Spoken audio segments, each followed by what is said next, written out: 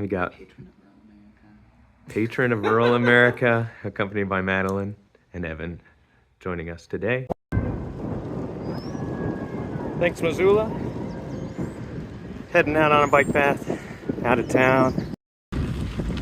Step off the freeway, the way is free. Big gray sky kind of day here in Montana. Keeps cool on the climb. Heading up the Ghost Town Byway. Happy to get off that busy road.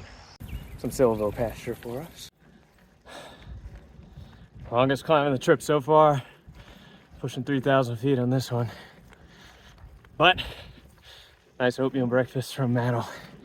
Hope you'll loan me some coffee from Evan, so much appreciated for that nourishment. And discount cinnamon bun.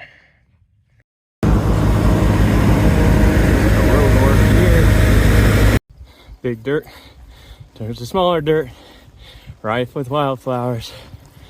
What a road. Welcome to the top. You!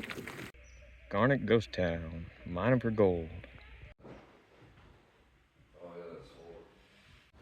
And wow, I am so glad that the technology has changed so that this journey can be on something a little more modern. Garnet Hotel on TripAdvisor. Great view.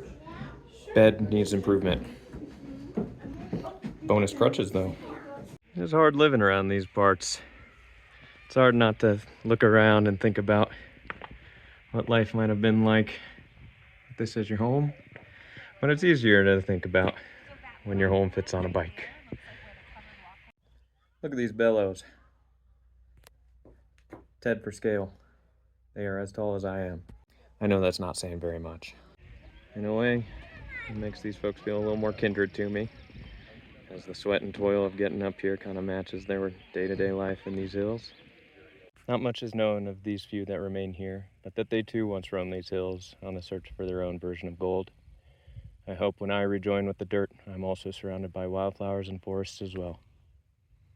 Also, maybe it's time we start moving away from placing our value on things that don't intrinsically have it. Our pursuit of gold. Gold has some uses, but is deified in the way that money is deified. How do we find and place value on the things that provide value to our existence? Our food, our air, our water, our communities, our relationships. That's where the gold is. Let's treat it as such. Weeby. Some thoughts on leaving that are that living's always been kind of tough. It's easy to look back and say, oh, it's been the rise of capitalism or colonialism or consumption that has been the cause of our troubles. But the thing is, we're all fighting entropy. We're all doing our best with the circumstances that we've got.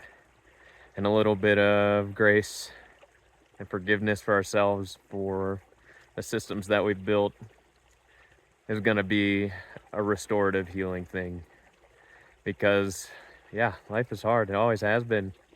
And we're lucky in that so much of our living is supplanted by the work of others and the energy amassed over millennia, really, in terms of fossil fuels and such. And there's no quick fix. There's no easy answer. But I do think being kind to ourselves and saying, yeah, we're imperfect, but there's a chance that we can act towards the good of us all. That gives me hope. Back mirror in the freeway on this beautiful road though.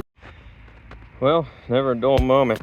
We had a finish today that involved first responder for a man who fell and smashed his head.